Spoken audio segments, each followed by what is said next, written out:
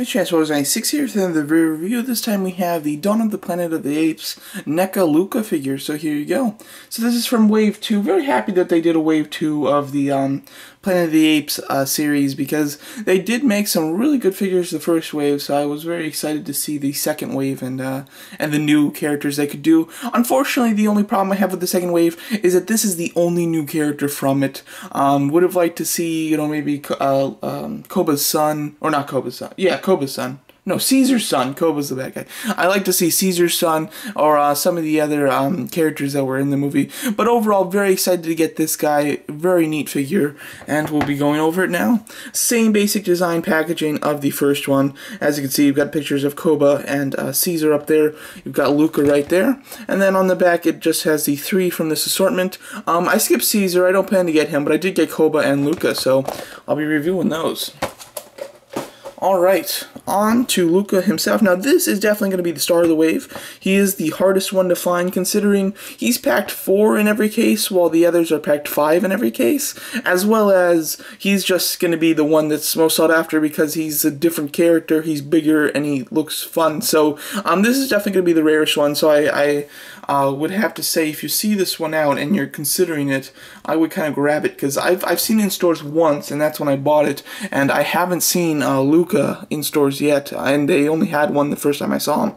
So yeah, so overall, just going over the actual sculpt here. It's really good, of course. I mean, NECA's known for their really beautiful sculpts, and as you can see, it looks great. Really a lot of detailing going on there with the fur and just the texture of the real-life animal type look. Very cool, definitely like it. It does have a kind of like a white or grayish kind of shade that went into the back, which is really interesting, and I like the way it looks a lot, actually. And he just looks great there. As far as articulation, it's quite good, I have to say. He's got a bulging head, so if you want him to kind of be looking side to side, he's got to have that like tilted head type of thing, which isn't great.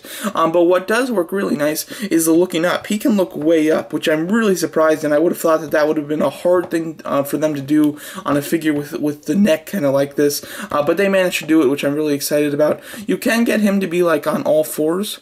You just kind of got to bend the legs up, and then have him like this, so you can get him standing on all fours. Obviously, if you tinker with it longer, you can get a little nicer look, but he's on all fours and his feet are completely flat on the floor. It's not like they're tilted up or anything either, so it is quite impressive that you can achieve this look from it. Although he looks a little strange this way, but he does look really nice. I do have to say I like it a lot.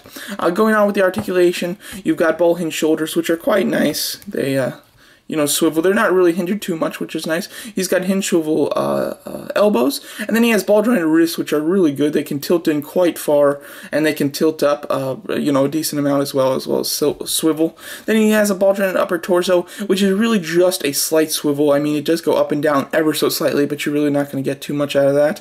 And then he's got ball jointed hips that are kind of on a pin together, so if you move one up, the other one starts to go up as well. And they are restricted a bit by the body, but not too much, considering this lower part of the body from this area down is soft plastic, so you can move it and actually like just kind of jam the rubber inside and achieve a further hinge on that thigh there, which is quite nice.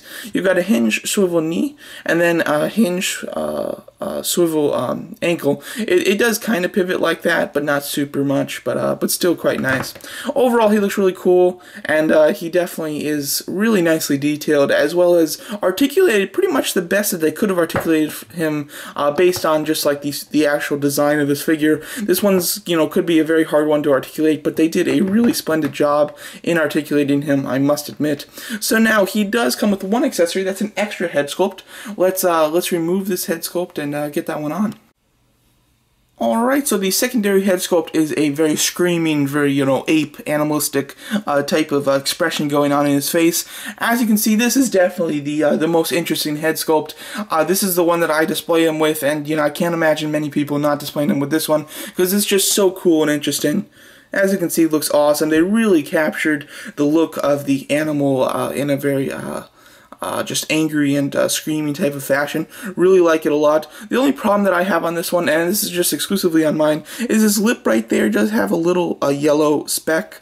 I don't know, it's just kind of the paint from like the tooth or something got smudged up there, which is a shame. I'll paint over it black. It's not a big deal, but you know, you might have to look for little issues like that on yours. It might just be exclusive to mine, but it might happen on other figures as well. Overall, looking really great there. You can have him up like he's really screaming in the sky. This is just this head sculpt completely changes the feel of this figure, which I really love. I have a lot of fun with figures with expression, and you know, I like when companies do that. So this one really is just a massive expression, which really helps kind of drive the figure in a certain direction, which I really like a lot. He definitely gives off a very different vibe with this head sculpt on, even in the same position as the other one with the other head sculpt. So overall, looking really great. I have to say, this is a really fantastic and fun figure. It's got a great sculpt. I must say, it definitely captures the character as well as just the animal in the sculpt itself. It's got some terrific paint. I have to say, it's painted really well.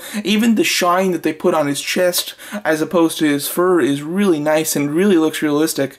And then the articulation is articulated, probably the best that they could have done for a figure shaped like this, I must say. So overall, this is a highly recommended figure by me, and definitely worth picking up at your local toy store, because it's definitely worth it.